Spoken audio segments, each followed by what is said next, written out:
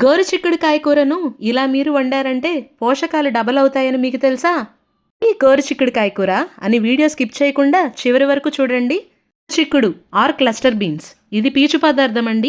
Heart హెల్త్కి చాలా మంచిది. బ్లడ్ షుగర్ను కంట్రోల్ చేస్తుంది, వెయిట్ లాస్కి సపోర్ట్ చేస్తుంది, ఇమ్యూనిటీని బూస్టప్ చేయడంతో పాటు ఐరన్ అబ్జార్ప్షన్ని కూడా పెంచుతుంది.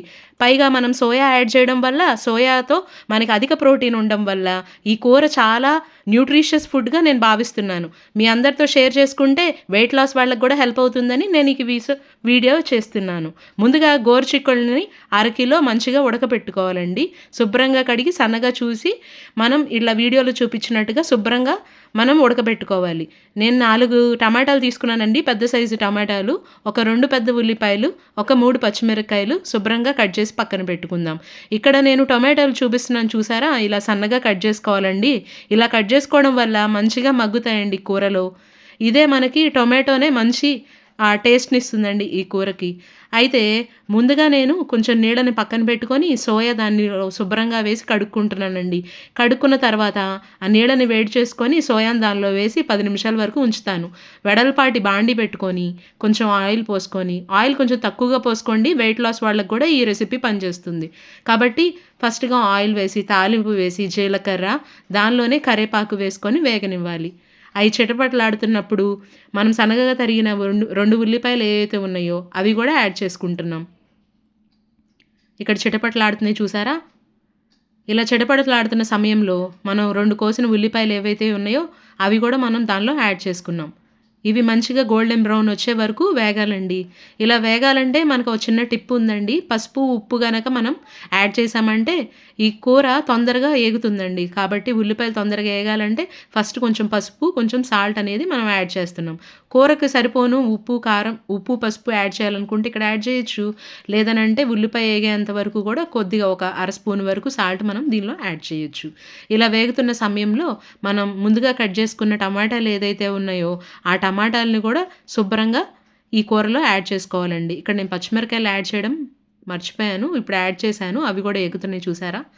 ఇది వేగిన తర్వాత ఇలా గోల్డెన్ బ్రౌన్ షేడ్ వచ్చిన తర్వాత మనం రుబ్బి పెట్టుకున్న అల్లం వెల్లుల్లి పేస్ట్ కొంచెం ఒక స్పూన్ కనుక వేసారంటే ఈ కూర రుచి పెరుగుతుంది. అల్లం వెల్లుల్లి పేస్ట్ వేస్తే తినని కూర అయినా సరే ఇష్టంగా తినే పిల్లలు ఉన్నారండి ఇంట్లో. మా ఇంట్లో అయితే ఏ కూర అయినా సరే అల్లం వెల్లుల్లి పేస్ట్ కానీ కొంచెం గరం మసాలా కానీ వేసానంటే ఇష్టంగా తింటారు పిల్లలు. కాబట్టి నేను ఇక్కడ అల్లం వెల్లుల్లి పేస్ట్ యాడ్ చేస్తున్నాను. ఇప్పుడు నేను ఈ స్టేజ్లో మంచిగా బ్రౌన్ షేడ్ వచ్చిన తర్వాత ఉల్లిపాయని ఒక 4 సన్నగా తరిగిన టొమాటోలు వేస్తున్నానండి. ఇవి పెద్ద టొమాటోలు. ఈ మాత్రం టొమాటోలు పడతాయండి కూరకి.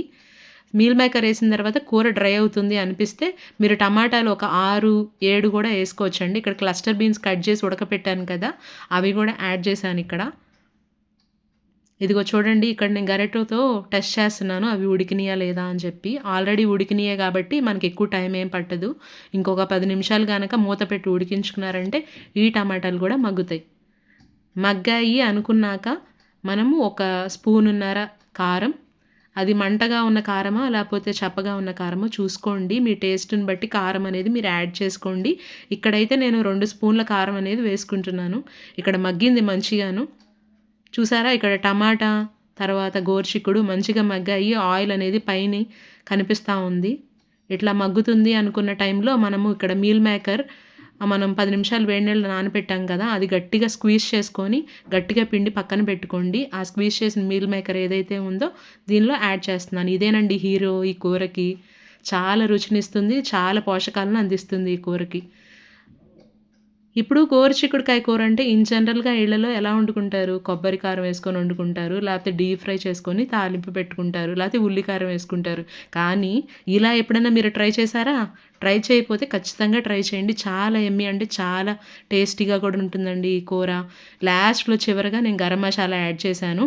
ఇప్పుడు దాకా నేను చేసిన వంటంతా మీకు నచ్చినట్లయితే ప్లీజ్ అండి సబ్స్క్రైబ్ చేసుకోండి, లైక్ చేయండి, షేర్ చేయండి, మీ ఫ్రెండ్స్ అండ్ ఫ్యామిలీకి కూడా షేర్ చేయండి.